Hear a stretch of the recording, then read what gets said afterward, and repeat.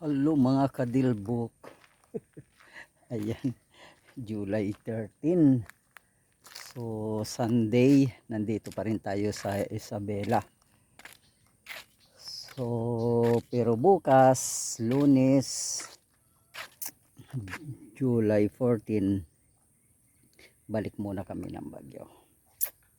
Ayan o ang sitwasyon ngayon dito sa Isabela. 'Di ba dumaan yung bagyo, may bagyong dumaan, tapos may dumaang ano ba ito, lindol, at saka merong yung lindol 'di ba sa Baguio. So and then sinundan yun ng napakalakas na ulan. So pero dito sa Isabela Cordon, ayan, Villamarzo, dito ay walang tubig. Ayan nga medyo nga may kunting tubig lang pero yan kahaninang umaga wala, halos everyday. Kaya yung mga dito sa irrigation walang tubig kasi nga kasi nga daw yung dam, yung Angat Dam yata yun or Magat Dam, ay talagang walang tubig. So kawawa yung mga farmers, pati dito sa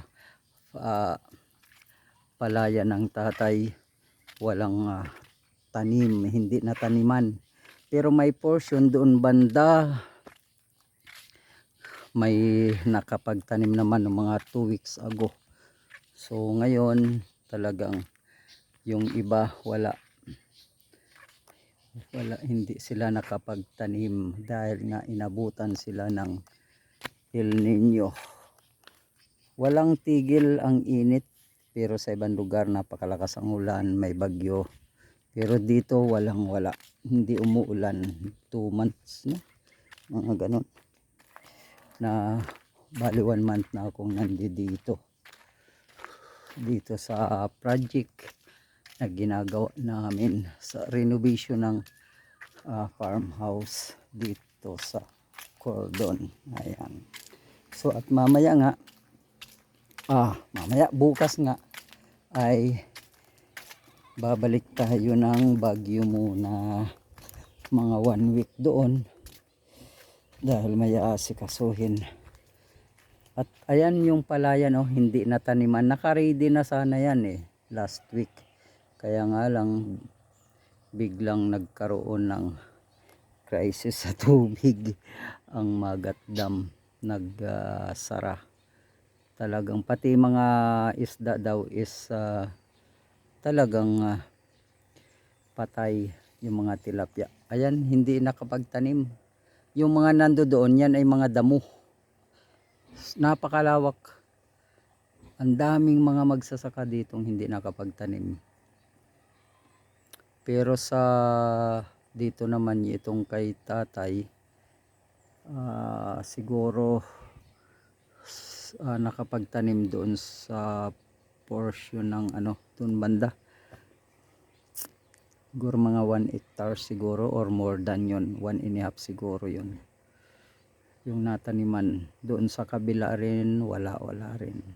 So nagbayad ng mga traktor, lugi, pati yung mga punla lugi. Talagang ganyan ang buhay. Minsan hindi para sa atin kasi nga may mga panahon na ganyan na dumarating. Ayan, dito lang muna tayo at update lang ito. Ang oras ngayon is 5:30 ng hapon. Ganda dito sa bukid, ganda dito sa probinsya tumira. Ayan, may baboy, pero yan ay doon sa caretaker dito ng tatay. Ayan, may mga sinampay.